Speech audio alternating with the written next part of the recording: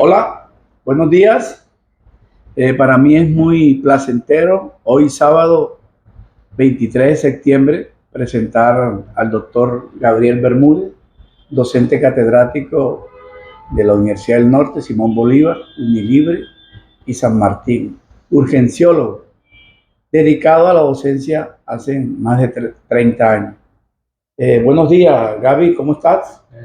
Muy buenos días para todos y para aquí el doctor eh, Manuel Torregrosa, que me invitó para que compartiera con él y podamos dar una buena información con respecto a algunos conceptos que serían útiles para los estudiantes. Están en formación, sobre todo en la parte de semiología, específicamente historia clínica, que es el pilar y el elemento fundamental que tenemos los médicos como arma para llegar a diagnósticos y en el momento que se presente cualquier eventualidad podemos tener el respaldo de este documento como que hicimos una buena praxis. Sí, señor. Muy bien, Gaby.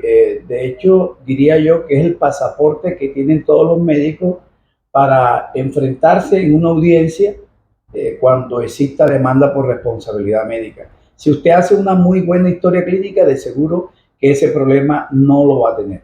Existen otros conceptos como que apoyando y agregando lo que dice Gaby, es que el hacer la historia clínica como te la enseña el profesor de la Facultad de Medicina o de Semiología es recomendable, muchachos, porque el plan de organización secuencial está soportado por una ley. La ley 1995, en su artículo tercero, hay que tener pendientes las características de la historia clínica, que son disponibilidad, oportunidad, racionalidad, secuencialidad, integralidad. Voy a poner un ejemplo. Ya, integralidad o racionalidad. Si el paciente viene y le dice a usted, motivo de consulta, me duele la uña del dedo gordo, entre comillas, los que quieren poner términos textualmente que dice el paciente, o tengo un uñero. Entonces ponen diagnóstico, neumonía. O sea, ahí se pierde secuencialidad, se pierde y violan ese artículo. Gaby, no sé si de pronto dentro de estas cosas, porque él, igual que yo, hicimos la especialidad en la Universidad Libre, somos especialistas en Derecho Médico, pero si el paciente o el estudiante, perdón, el médico hace eso incorrectamente, no va a pasar nada, Gaby, si no hay demanda, ¿cierto? Correcto. O sea, va a pasar desapercibida este evento, pero siempre tenemos que tener presente que el motivo de consulta debe estar directamente relacionado con el diagnóstico principal por el cual el paciente consulta cuando tiene algún problema de salud. Citando algunos aspectos con relación al por qué la importancia de hacer una muy buena historia clínica. Entonces, entremos en materia, Gaby, como para hablar de las partes de la historia clínica, es importante recordar que los tres pilares importantes de la historia clínica para hacer diagnóstico, los tres pilares para hacer diagnóstico son anamnesis, examen físico y laboratorio. Son los tres pilares. De hecho, en el manual que hice, le puse la fórmula de Mantopal, Manuel Torregrosa Palacio. A más E más L igual a D, donde A es anamnesis, la E es examen físico y la L laboratorio. La D, diagnóstico, los tres pilares importantes. Pero decíamos que las partes de la historia clínica, repito, además de, uno, anamnesis, dos, examen físico, tres, diagnóstico, cuatro, tratamiento, cinco, ojo, el cinco, poner laboratorio, examen de laboratorio, pero los resultados. Y seis, Gaby, que creo que ya ha cambiado en algunas circunstancias, no se pone epicrisis en la historia clínica porque cada entidad tiene emite en su momento el resumen de historia clínica, que es la epicrisis. Cada entidad hace su manual de epicrisis, un documento donde aparece en la parte superior el nombre de Hospital de Barranquilla, Clínica de Elisa de Char, etc.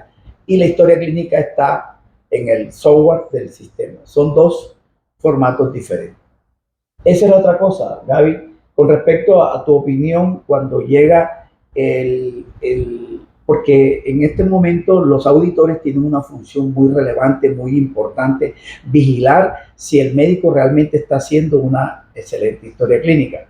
Pero yo quedo sorprendido, no sé si te ha pasado, Gaby, lo viví yo en la clínica de la policía, sin temor a equivocarme, ¿ya? Y por eso me tocó hablar con el director, que el que hizo el software fue un ingeniero con el aval de un enfermero jefe y omitieron revisión por sistema y yo participé y les dije, pero pues, no le dieron relevancia.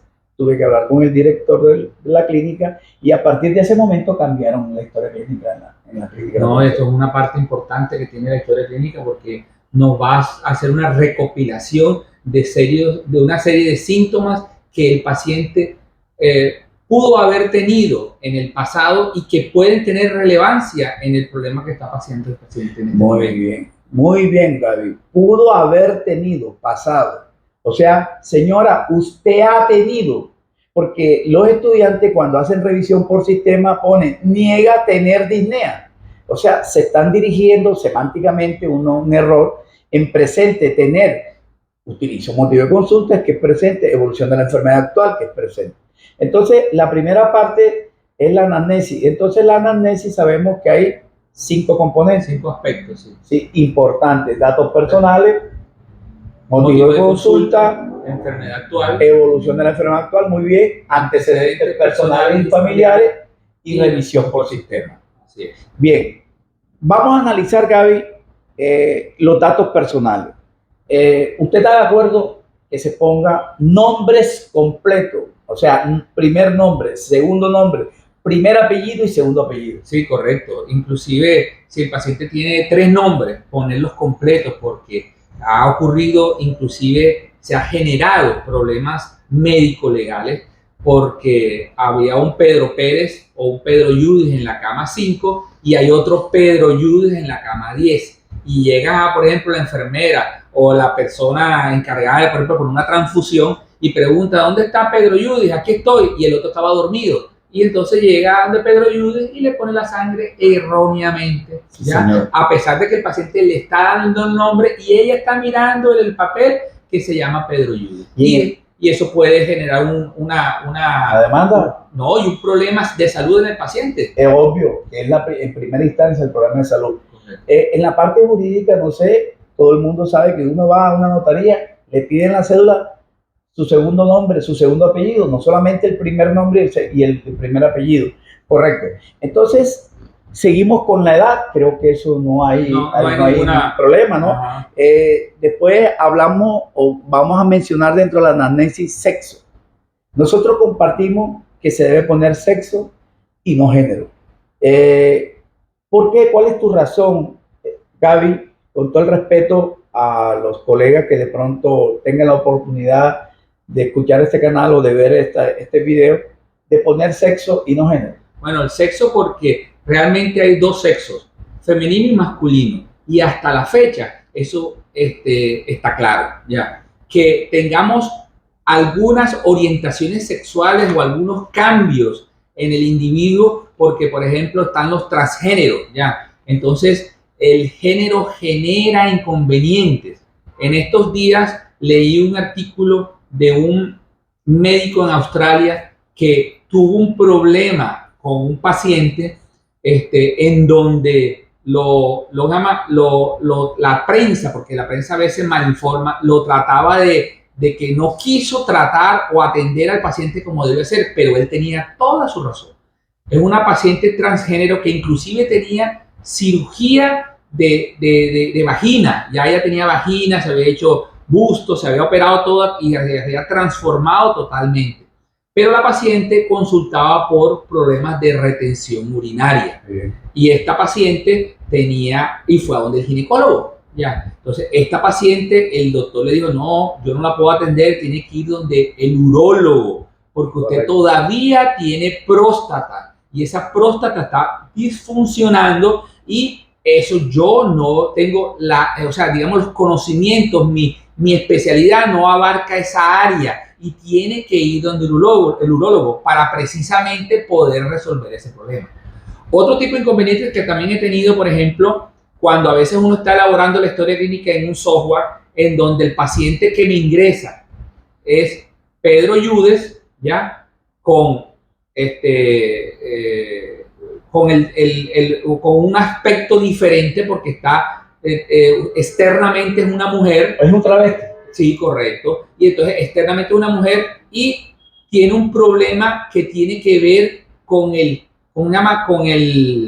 sexo. Y entonces en el ingreso, en admisiones, le ponen sexo femenino y realmente no me deja el software ponerle diagnóstico que corresponde porque tenía una uretritis, ¿ya? Y el problema por ser femenino no le podía cambiar, no me dejaba escribir el diagnóstico del sistema. Y menos si fuese una hiperplasia prostática. Correcto. El CIE-10. Correcto, el CIE-10, que es el Código Internacional de las Enfermedades, que está registrado en todos estos softwares para que el médico pueda poner el diagnóstico, pero el sistema también tiene un mecanismo de protección para que no vaya a haber diagnósticos errados. Por ejemplo, yo poner una orquitis en un paciente que es femenino, porque no me lo deja poner. Correcto, y partiendo de la definición, porque eso desde genética uno le enseñan el concepto de sexo, es la condición física que diferencia el macho de la hembra, ¿no? Correcto. Ahora, la Organización Mundial de la Salud emite un concepto muy relevante e importante para referirse a género, conjunto de personas que tienen características generales, comunes. Entonces, ¿en qué circunstancias de pronto pondríamos los dos, sexo y género? Para el caso mío médico, si así la circunstancia lo exige y el paciente sea un travesti, diga que él es travesti, se pone travesti género, pero el sexo es masculino. Correcto, así es. Correcto. Son dos cosas totalmente diferentes. Totalmente diferentes. Ahora, Gaby, no sé si estás de acuerdo conmigo. Este problema no lo van a tener los estudiantes. Este problema se le va a acarrear es al médico que recibe el paciente frente a esta circunstancia de ambigüedad en cuanto a sexo o género.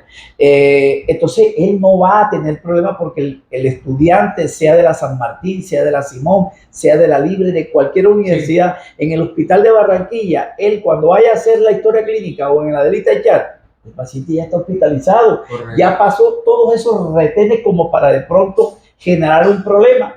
¿Y qué pasa si se equivocó el médico?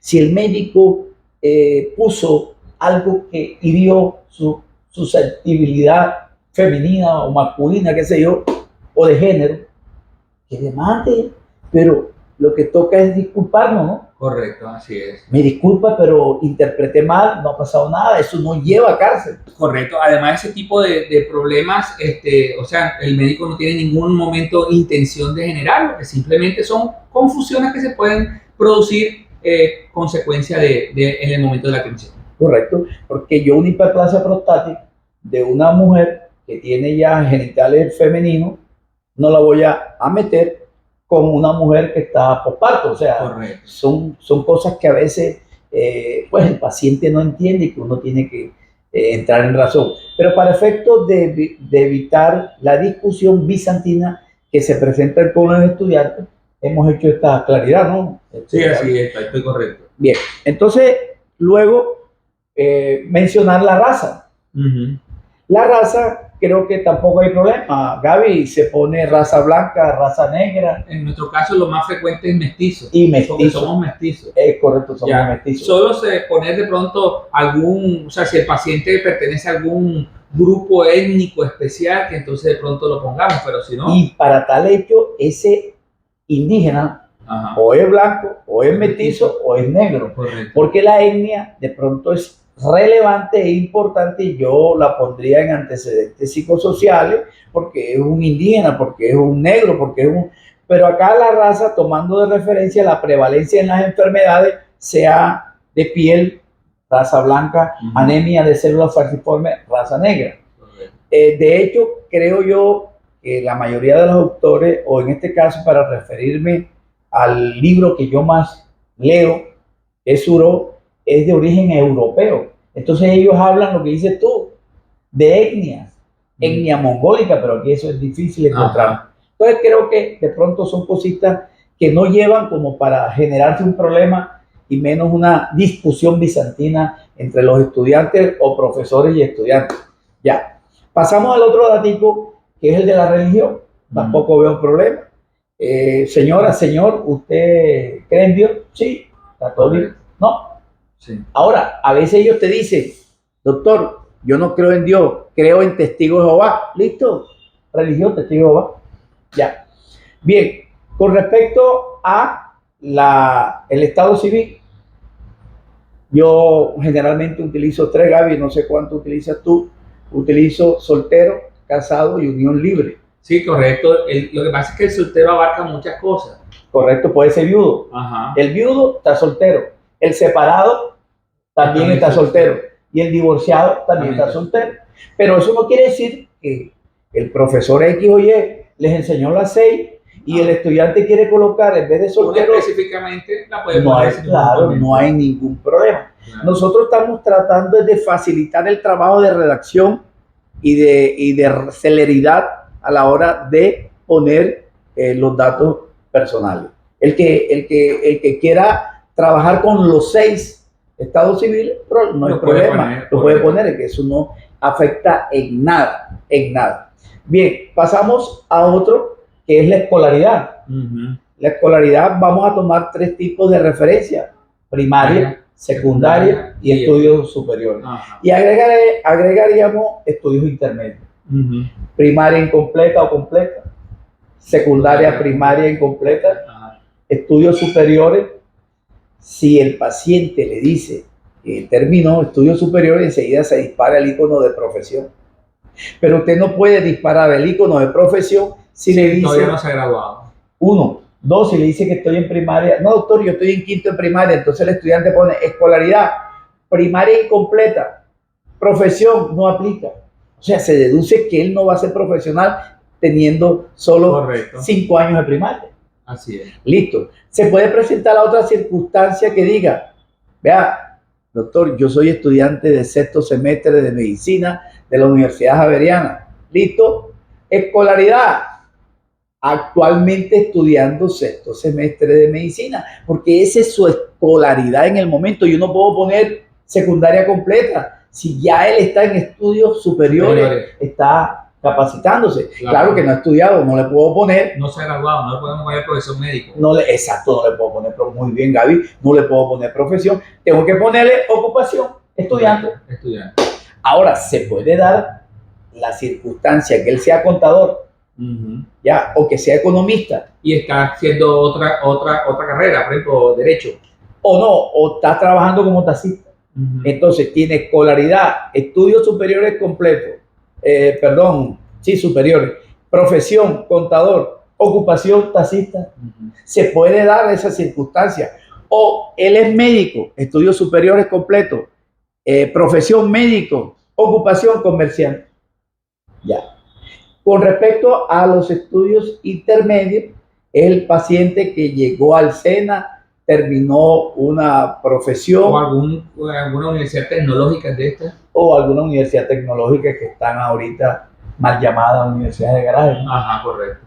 Entonces, esas universidades, esa condición nos obliga a nosotros a poner escolaridad, estudios intermedios.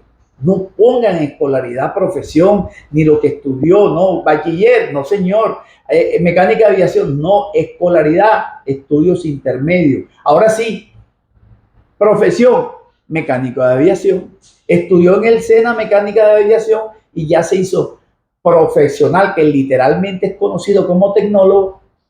En esa área. En esa área, mecánica de aviación. Correcto.